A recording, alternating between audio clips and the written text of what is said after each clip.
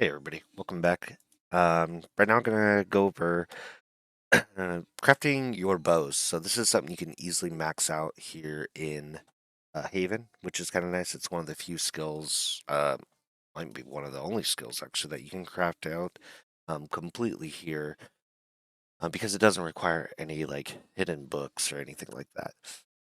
So I'm gonna give it a quick rundown.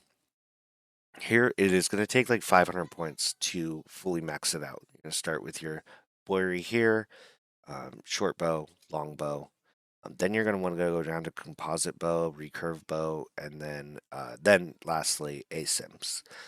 Um, Now this is such an easy skill to level here. It's not worth like cooking your books on basically. A lot of times what you want to do here, unless you're like not going to be on for a few days or something like that kind of instance, um, just pop them, unlock these things. You might have to get some of them up a little bit to unlock like ASIMs. You know what I'm saying? I got to get this up, this up.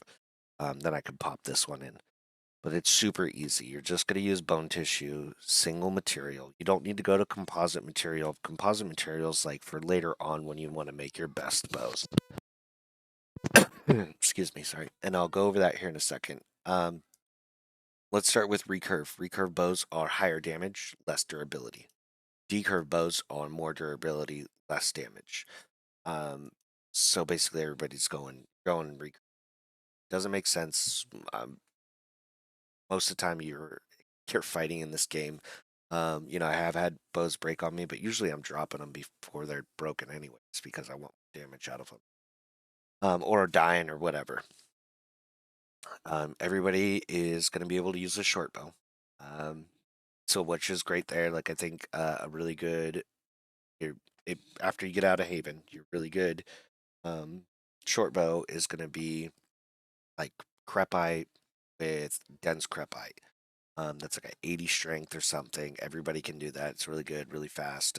Do it from mounted, do it from the foot. However, your longbow's going to be really just for foot guys. So your Thursars and your Ogmirs, they're going to be like the only ones running these. Your ASIM bows are your mounted archers. They're also still good. If they don't have longbows or something, like they could still be used because they're going to be higher damage. They're not going to be as fast as a short bow, but they're going to be faster than a long bow. So you can play that style. And a good way, like I'm saying, to level this is everything doesn't matter. So if you're just trying to get like, um, you know, your bow skill up, for instance, we're going to make short bows. Short bows use the least amount of materials, and that's going to give you 45 experience towards, let's say, quarry. And your short bow crafting, get that up, then you're going to move on to long and do the same thing. Just use bone tissue. It's going to give you 45. Once that's up there, you can move down. For instance, right now, my thing is say everything except for decurve is like maxed out my ASIMs. So I'm going to pop these in here. My character was like a 91 intelligence, right? And I went to put in that asymmetrical book, and it was 151 hours. No way. Like it's going to take me like 2 hours to max it out just running to the graveyard and back. So there's absolutely no reason. Now these aren't bows that I'm going to use. These are just going to be craft them and delete them. But um, doing this also will raise this longbow skill. So once you get this unlocked, you don't need to. Once this is a little bit ahead of this one, get this one up there, and then you could just start going into ASIMs if you want. That goes curve. So I'll get all these maxed out. I probably won't stay in Haven doing this. I can do this from another graveyard with horses. So if you don't do it here, no big deal. Go to load up your horse bags and go get some bone tissue and do it there as well. Now to talk a little bit about the short bows. So let's say your short bow. Let's go over these. So short bow is lowest damage, lowest stamina cost, fastest speed. Longbow is highest damage, highest stamina cost, lowest speed. Um, ASIM is basically mediocre damage between the two. We've already covered your decurve is more durability, and your recurve is more damage. So if you're I don't see a reason to ever go decurve. Again, you're gonna probably lose these things or replace them because they're gonna get worn out. Classes like here is my Augmere, so I'm gonna be high strength, so I'm gonna have be basically just sticking to ASIMs and longbows. Short bows, not I don't really need them. On my human, I only use short bows because I can't use a longbow, and asymmetrical bows are great. It just drains my stamina a lot. You'll notice like that closer you are to your strength cap, you don't want to be at your strength cap. If your strength cap is 130, you want to have your bow at like 5 under. Otherwise, you're going to really notice a lot of your stamina being drained while you're trying to shoot this thing. And that goes even on short bows. So it doesn't matter the bow type, you just got to look at that strength requirement. And now everything's going to make a little bit different. Like you can see a Malge versus bone tissue. Now there's my strength requirement, there's my max range. Um, Whoops, let's put that back on.